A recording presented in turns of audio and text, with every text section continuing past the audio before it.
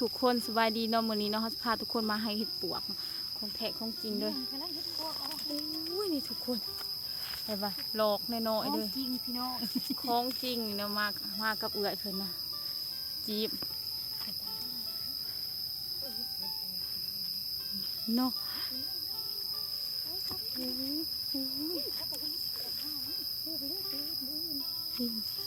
บ่เอาบ่จอกมื้อนี้เอาไปเลยโอ้ตัวจกไปไม่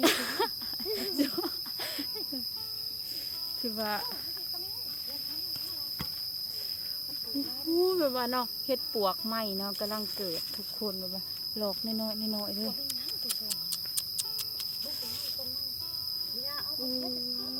นี่เนาะนี่ทุกคนพอดีได้หมู่หนึ่งเลยเห็นบ่ล่ะมันแบบว่ามันกำลังเกิดเลยนะ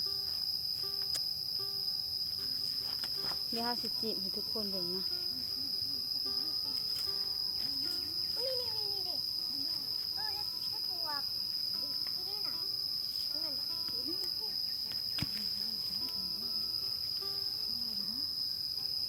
พี่นะใส่เบิ้งพี่นะมันเกิดตามเงาใหม่เลยกระด้างออกถ้าจงไปให้เมย์เขาบ่ได้เถอะ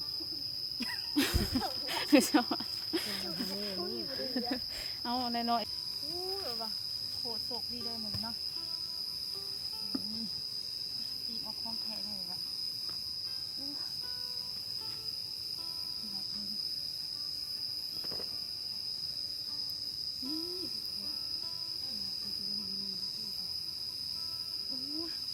ว่าปีนี้เป็นมือเละด้วยเนาะมือเละของปีที่เฮาไรเฮ็ดปวกเนาะน้องอ่อนกันนากับว่าท่านได้สวยเนาะตื่นเต้นนะอันนี้เฮ็ดจากธรรมศาสตร์เนาะถ้ามีกระบะสิบเอาเนาะข้ามเลยบ่เอาบ่เลยว่าบ่เอาเขาก็ต้องเอาก่อนเฮาเนาะเฮาก็จำเป็นเนาะแตกเลยนะพวกมันมาใส่กัน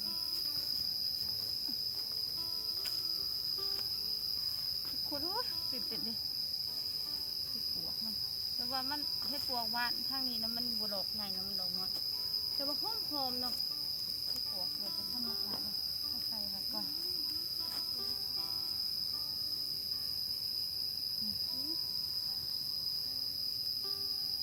หักนำเลยนะพี่มันหักมันแบบว่ามันเกิดตามเงาใหม่พี่ตรงนี้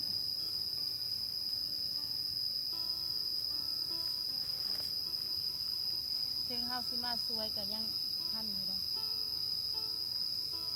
มันนะ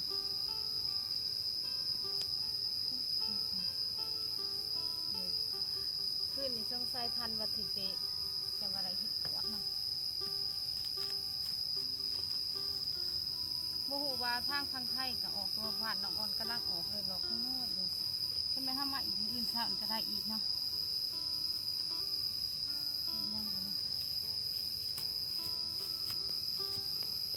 เกิดปกติตื่นเต้นเนาะปีนี้เป็นปีแดงเนาะที่ได้กินเห็ดปวก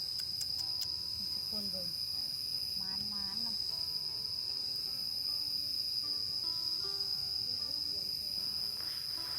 ทุกคนเลย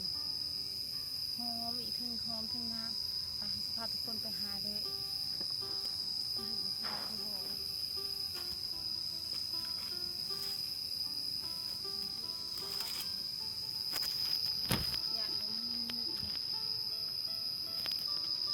วันนี้เขาจะพาทุกคนตามด่าหาเห็ดปวกเนาะมาที่ไหนดูได้ตื่นเต้นเลยว่ะน้องอ่อนก็ดีใจเนาะแบบว่าร่นแบบบริกินเห็ดปวกในยุว่านี่บ่ออกแต่ค่าน้ำท่วมมานี่น้ำท่วมแต่ปี2020เนาะบริออกมานี่5-6 ปีนะปีนี้ข้าเจ้ากำลังเดินมาไล่เห็ดปวกมันออกคือบามันดับเลยเนาะมาปีมันออกใหญ่ๆนะประมาณ3-4 คนเลยเนาะเขาได้เนาะน้องอ่อนก็ได้มูนึงเนาะมูเนาะเที่ยวมืออื่นสาวน้องอ่อนจะมาเบิ่งอีกมันต้องมีผลขึ้นมาเนาะครับคุณ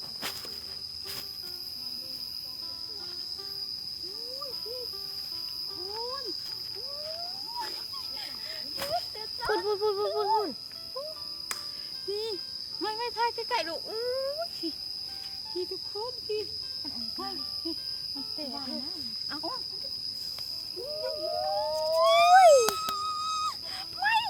ถ่ายคลิปเอาไว้ลูกยืนถ่ายเบิ่งเด้อถ่ายเบิ่งโอ้ยตายพี่เบิ่งถ่ายคลิปเอากระจอกกระจีนลูกนี่ถ่ายคลิปกระจอกคลิปอุ้ยกระจอกมาถ่ายเรื่องซะอุ้ยตื่นเต้นสัตว์ตื่นเต้นเศร้าตู้เป็นจังเอาเราบ่เคยจักเกิดจอกเฮ็ดพวกอะไรจะทำไรอ่อนเดียวเฮ็ดเป็นสะออนเจ้าก็ตื่นเต้นว่าจะสั่นบึ้งเดียวอะไรจะมา แต่พุ่นน่ะเราโคตรยัน แกงที่น้ำกันเลยเนาะว่าต้องเสียใจใช่เลยโอ้ยแต่พี่น้องสาวเขาแบบว่าถ้าตื่นเต้นอีนี่นอันนี้คู่ควรจริงแบบว่าจุดมือสั่นเลยเนาะ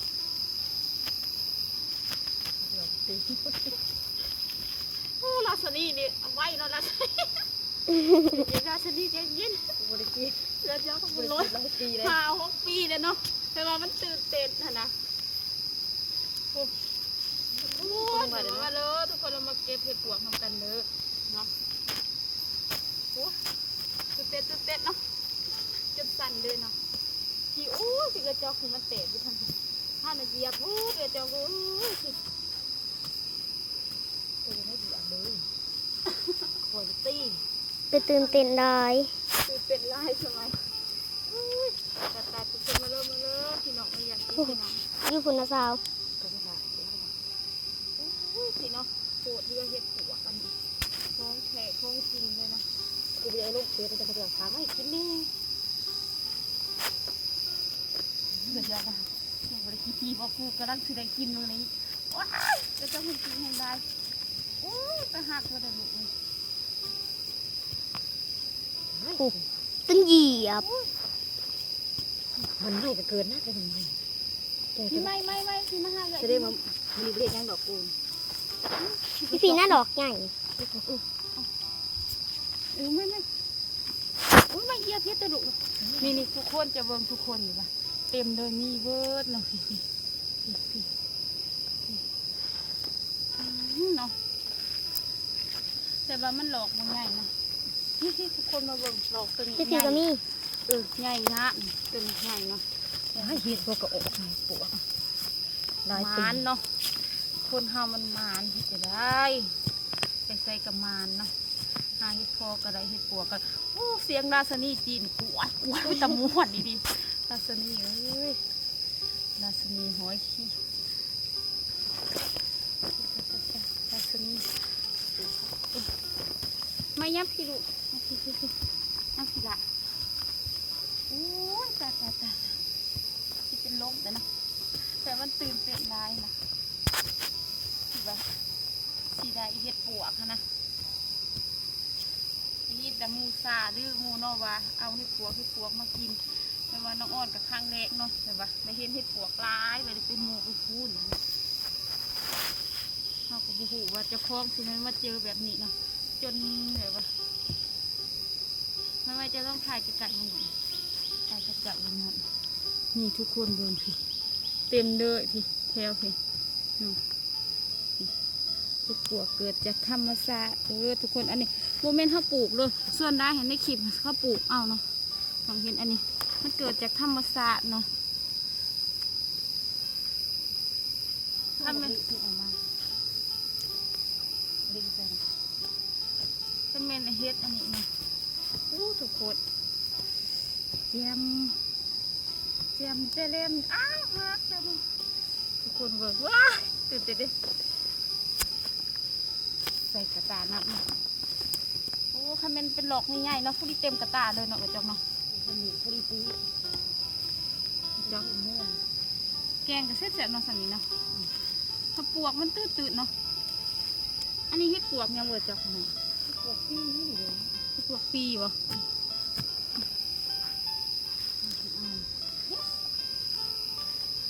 ยังเลยเสียงเย็ดนะ ราสนีนี่เสียงไงราสนีเฮากวดไปตะมวนอีกเสียงกระจองโอ้ยทุกคนมาเลยทุกคนเลยเต้นเลยสัตว์เพลงสัตว์มานเข้าห้องคนเฮาเพลงมันมานคนเฮีย ไปขี่กระโปงเฮ็ดปวกอันนี้เขาว่า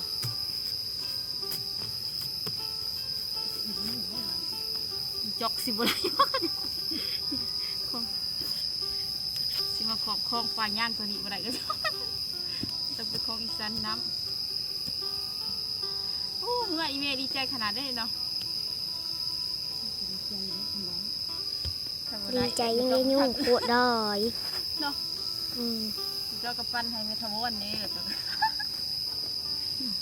เดี๋ยวจะเลยจ้ะ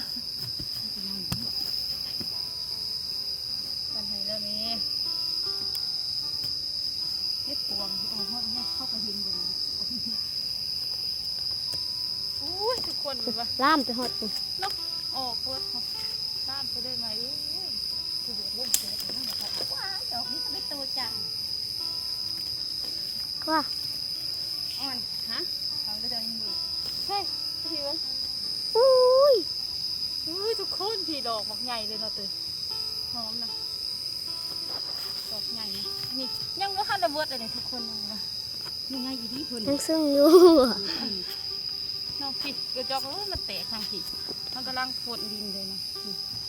จีนจะได้กระเบิดเนาะจีนเลยมาเป็นไม้เลยมันเลย เรียกกับ ห้ามวันนี้จะเตะที่ดื้อไปเลยมันเลยห้ามมันตัวนี้คือนี่ไม้ นี่ค่ะ เต็มเลยอันนี้มันจะเกิดคล้องแทะเลยอันนี้เนาะพวกเราว่าขั้วจิตจ้าเขาเรียกห้องฟอกว่าขั้วอะไรเป็นช่องเดี๋ยวจะไปนั่งบนเสียเวลาไปพ่อยก็ไปบ่พ่อยเด่น มันยุ่งมันร้ายตายใช่ปะ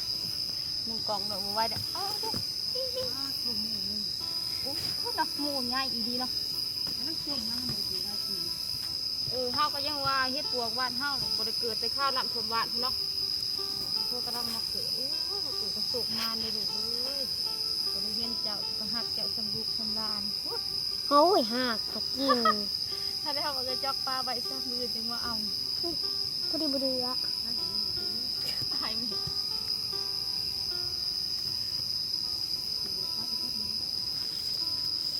ขั้นเขียวใส่กันอยู่กับเจ้าดีไหมเขาก็คิดอยู่ว่าโอ้สิได้กินน้ำข้าวอยู่บ่ได้เขาคิดว่าอะไรโอ้สิได้ใหม่สินั่งอยู่ข้างล่าง จะเหยียบมันน่ะ ก็เหยียบว่าแต่ได้แล้วเบิ่งเลยว้าสิได้อันนี้จิ้นเบิดนั่นปวกมันตื่นๆเนาะเรียนนี่เนาะว้าเพิ่มมือโอ้ยดีหักหน่อยไม่มูนี่ที่เก็บกระสุนเข้ามาตาละไม่ถ้าจะต้องมูบอกว่าเลยที่ไม่สิไม่อ่ะใส่กระตาไว้ไหม ไม่ก็ไม่นะไม่ เราจะไปขายบนแม่กระตาเลยดิทำไมล่ะเขาได้บริกีเขาหลอกไม่ได้บริกี กินกระยามันนะเฮ้ย น่าจะเย็นที่ไรพี่โอ้ยตากล้องนะตากล้องง่ายโอ้ยพี่กระเจ้ามันแตกกระชุกกระชื้ออยู่เยอะจังฮักมืดฮาเด็กเดียวเฮ็ดหัวพี่พอดีเบิด3-4ดอกเขาเหยียบหักเลยไม่สิเห็นเลยก็เลยเกิดเบิดทุกคนแต่ว่าหมูใหญ่ดีเนาะขนาดเป็นบาโลกน้อยๆยิ่งจะสิได้ครึ่งกระตาได้เลยหนูไม่เคยเห็นเลยคนเบิ่งอันนี้หมูเดียวเลยเนาะอันนี้บ่เป็นคอนเทนต์ความจริงเลยหมูเดียวเท่าไรแม่นสิผู้ไปถ่ายเอากระจอกเลยถ่ายกระจอกพูนจะเบิ่งราชนีคือกีดใหญ่ยังใส่ เอาไปปวกเอาไปปวก ตื่นเต้นเนาะทีมงานค่ะ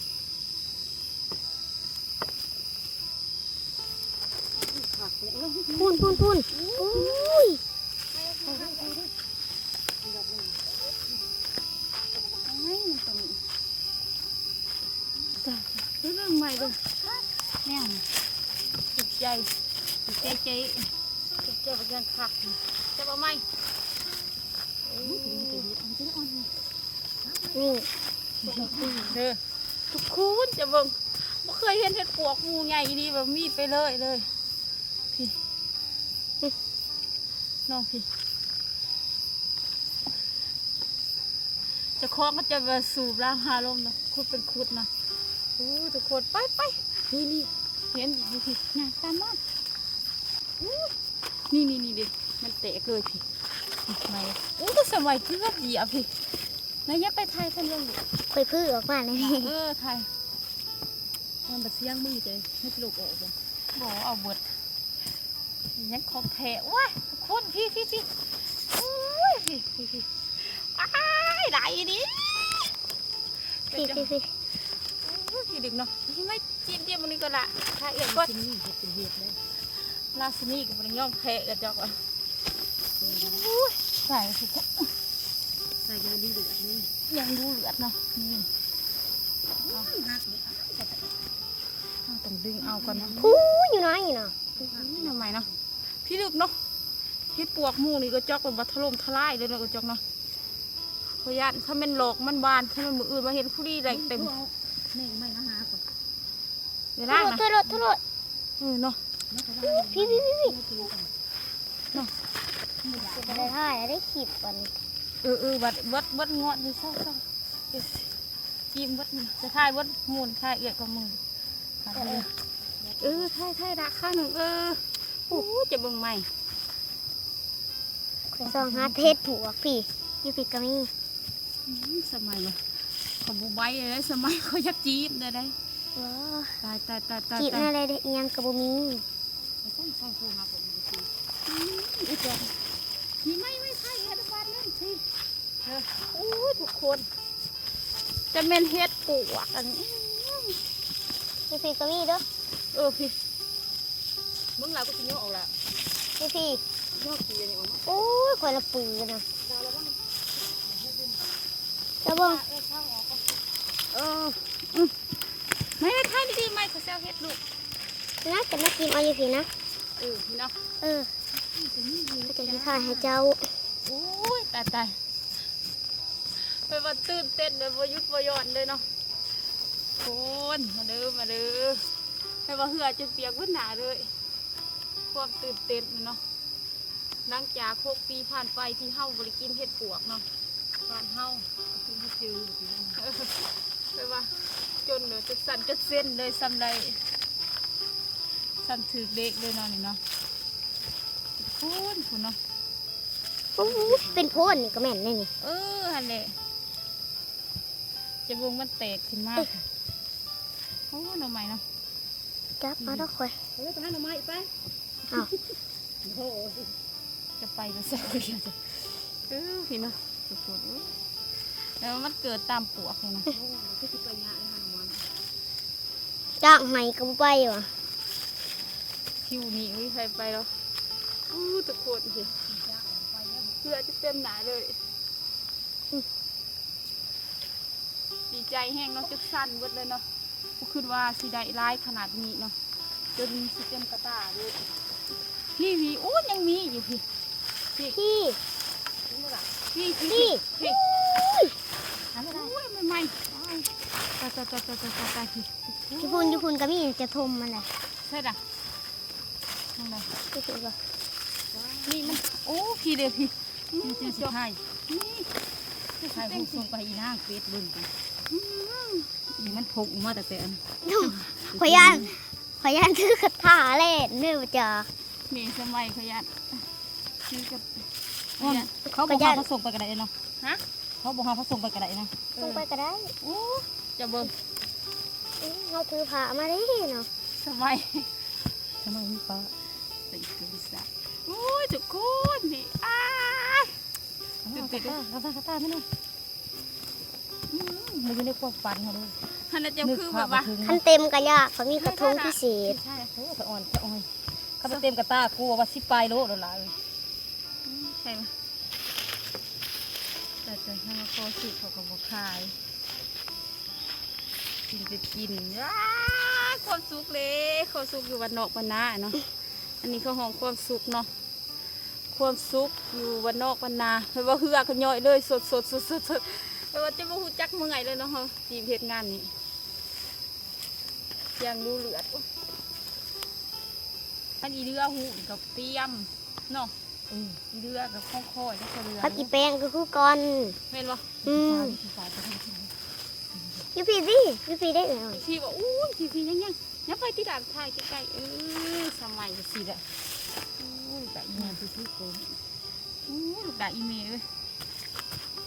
พอเป็นเมย์เฮ็ดปวกด้วยมือนี้ด่าอีเมลมือนี้ขอเป็นเมย์เฮ็ดปวก มาหาอีกว่า ให้กินน้ำเดี๋ยวจอกสิมาตั้งแต่4 โมงนะพี่ก็กระปวกเดี๋ยวจอกมานอนกับบ่รับ บ้านเจ้าสิมาบ่นั่น มาเลยยืนมาแต่เช้าไปดูอันยา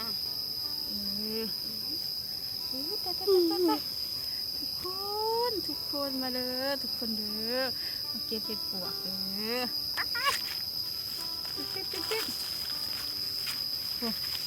จะเบิ่งแบบว่าหมูนี่โคตรใหญ่เลยแต่ว่าตั้งแต่เกิดมาในชีวิตนี้บ่เคยเห็นหมูเห็ดปวกใหญ่ขนาดนี้เนาะ เสียงโคเพิ่นน่ะ อีดีมันโพดอีดีโบแบบว่าเขาจีบแบบโบวดจักเถื่อเลยนะเขาเปลี่ยนกันเนาะวันนี้ให้น้องเพิ่นไปคุดบัดให้เนาะเพิ่นแบบว่าโดนแต่เราเพิ่นก็อดใจโบไหลเนาะอู้พี่ทุกคน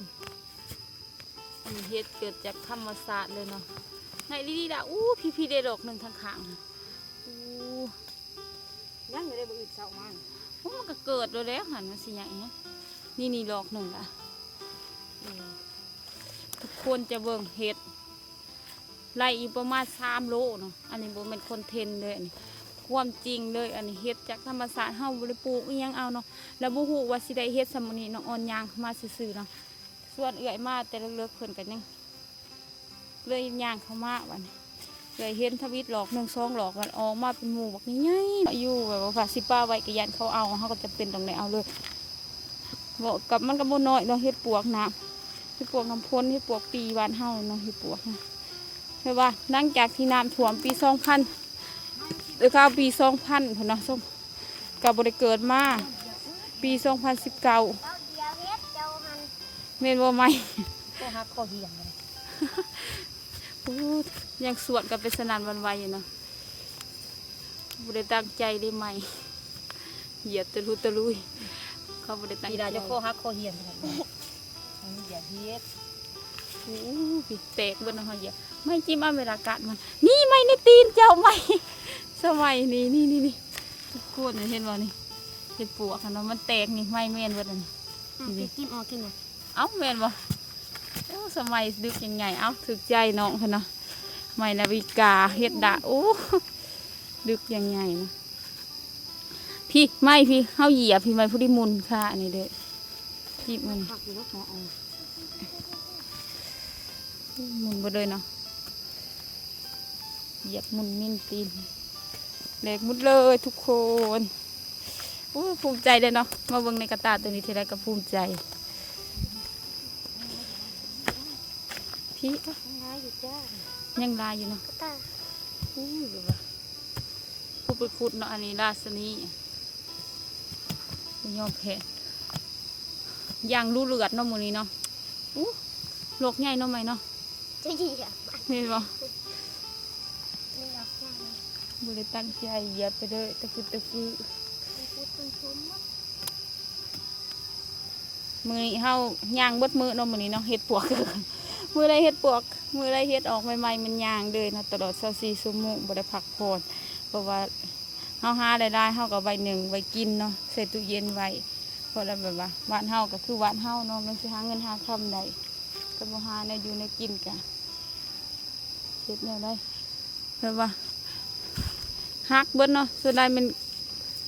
น้องเป็นคนเหยียบเนาะบ่เห็น ว่าแต่ตื่นเต้นได้เหยียบเฮ็ดปวกมุนมินกินแดดเบิด เลือดโคนอยู่ที่นี่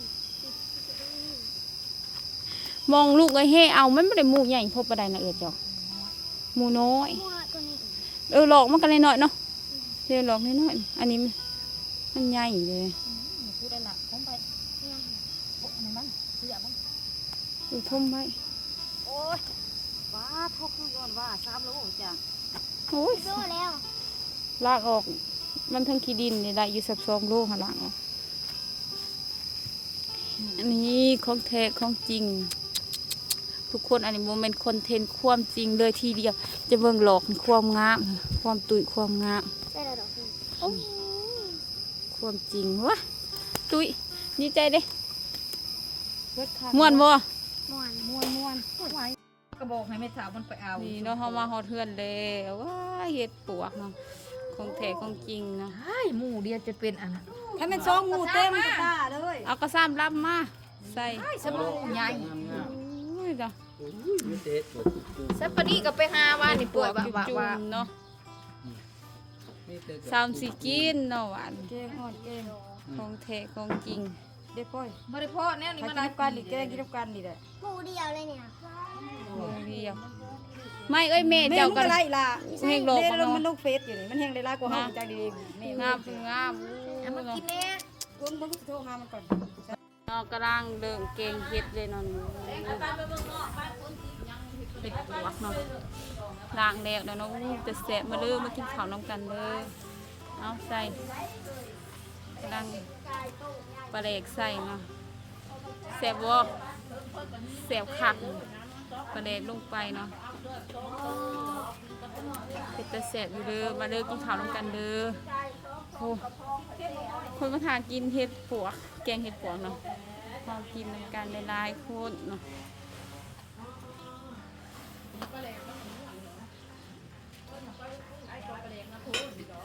ถ้าเบิ่งตอนขุดเนาะนี่เนาะทุกคนมาเด้อกินข้าวน้ำกันเด้อเนาะทุกคนเบิ่งตัวเป็นตะแสบแต่ว่าครั้งแรกของกัน3-4-5 ปีเนาะที่หวานเฮากำลังออกเนาะ พวกเขาล่อนี่เนาะ เป็นตะเสบดีเนาะทุกคนเลยมาเด้อกินข้าวนำกันเด้อเป็นเสบตะนวลความสุขในกันเนาะของการอยู่บ้านนอกบ้านนาก็ประมาณนี้